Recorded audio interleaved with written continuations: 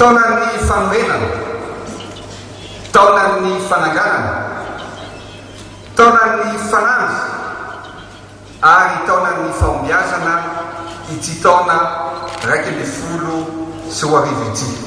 Ary anangana centre commercial ary fomba tanteraka izay ho isan'ny goavana indrindra, isan'ny goavana indrindra aty amin'ny ranomasimbe indiana, satria io ny centre commercial lehibe indrindra aty amin'ny faritra.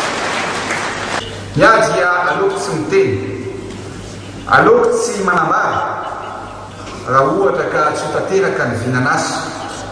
Ny taona 2020 dia taona ny fametrahana fitantanana mahomby ihany koa.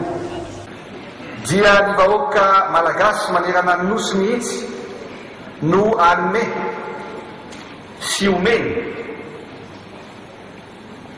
ny sehatra eo amin'ny lafin'ny fanapahan-kevitra, satria dia ifanesi ny fifidianana akory ny hofandresentsika izay hofandresen'ny vahoaka malagasy izay hofandresen'ny Madagasikara. Masina ny tanindrazana, ho elavelona ny Madagasikara mitraka, misaotra tontolo makasitraka tokoa.